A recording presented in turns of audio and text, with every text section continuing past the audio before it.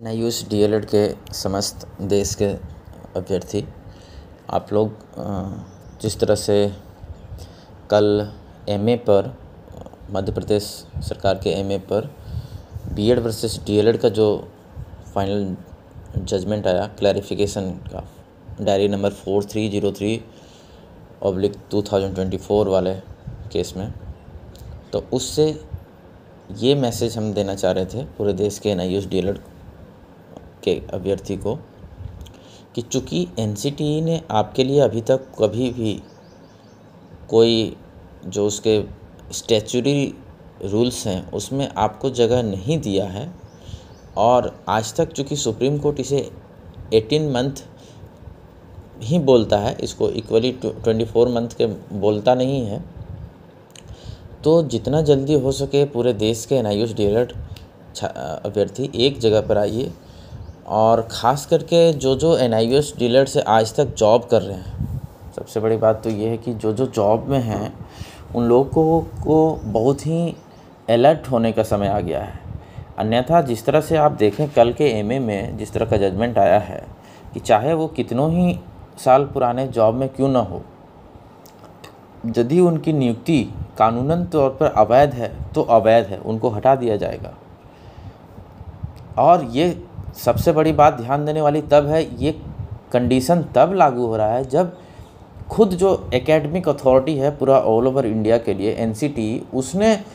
Bye gadget और bye सारा प्रक्रिया में थोड़ा सा प्रक्रिया में अंदरूनी कुछ तौर पर कमी थी, पर सारा गैजेट वैजेट लाने के बावजूद भी अमेंडमेंट वगैरह सब चीज़, मतलब जो नियम कानून होता है शामिल करने का कोई भी एजुकेशन क्वालिफिकेशन को, वो सारा चीज़ फॉलो की थी। उसके बावजूद भी कानून और कोर्ट का इस तरह का है हाथ कि आपको, इसलिए आपको अवेयर कर देना चाह रहा था, मैं अलर्ट कर देना चाह रहा था कि कोई भी कोशिश हो, ख़ास करके आप यदि ज्वाइंट हैं, आप सैलरी उठा रहे हैं, तो आप ना सही दूसरे पर भरोसा मत कीजिए, पर अपना एक संगठन बनाइए और हर एक राज्य से इसमें लीड कीजिए। आप अपने एक राज्य का जो ज्वाइंट NIUS DLED हैं वो कम से कम एक केस तो अफोर्ड कर ही सकते हैं। आप अभी एक MA फाइल किया जा रहा है विश्वनाथ सर के द्वारा, या ट्रांसफ़र पिटीशन जो भी नाम हो उनका, जो भी जा रहे हैं वो सब में आर्थिक तौर पर भी हर एक राज्य थोड़ा थोड़ा सहयोग कीजिए, ज्वाइंट और नॉन ज्वाइंट जो भी हों NIUS DLED आज तक के। नहीं तो एक दिन आएगा जब हम लोग के अगेंस्ट वाले इतने मजबूत और इतने अच्छे पैनल और एडवोकेट के साथ जाएंगे कि उस दिन सारा का सारा आज तक का नियुक्ति सब रद्दी हो जाएगा, वो रद्दी का ढेर हो जाएगा, इतना जान लीजिए। अभी तक कभी भी स्टैच्यूटरी रूल्स जितने भी बने हैं प्राइमरी और अपर प्राइमरी टीचर रिक्रूटमेंट के, उसमें हर जगह 2 इयर्स DLED है, तो वो ईयर वर्ड इतना ज़्यादा इम्पोर्टेंट है ना, वो वर्ष समय जिसको जो बोल रहा है, समय का जो बोध करा रहा है, वो 18 मंथ वाले के लिए कहीं नहीं लिखा है। तो आपकी सारी की सारी नियुक्तियां जितने भी हुई हैं आज तक, वो सब के सब कानून के नज़र में अवैध है, सब इलीगल अपॉइंटमेंट हुए। तो उसको सही बनाने के लिए बहुत कुछ होता है। यदि अभी गैजेट लाया जाए किसी भी कोर्ट वोट के मार्फत से, PIL करके, रीड करके, कुछ भी बहुत सारा ऑप्शन है, तो क्या होता है कभी कभी गैजेट को बोला जाता है कि ये गैजेट, ये अधिसूचना पूर्व से प्रभावी होगी, जिसको कहते हैं प्रोस्पेक्टिव इफेक्ट।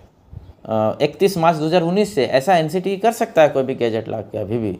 तो आपको आना पड़ेगा आगे, आप जो आगे बढ़ रहे हैं इसमें। अभी हम देख रहे हैं जिस तरह से ट्रांसफ़र पिटीशन और ये वो किया जा रहा है, एक नया इनिशिएटिव है। लोगों को हाई कोर्ट से होते हुए जाने में टाइम है, तब तक थोड़ा बहुत फंडिंग वंडिंग करके सभी राज्य इसमें सहयोग कीजिए। अन्यथा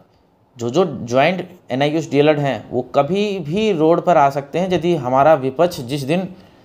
बढ़िया और मजबूत और तेज़ तरार लोग सामने आ जाएंगे ना,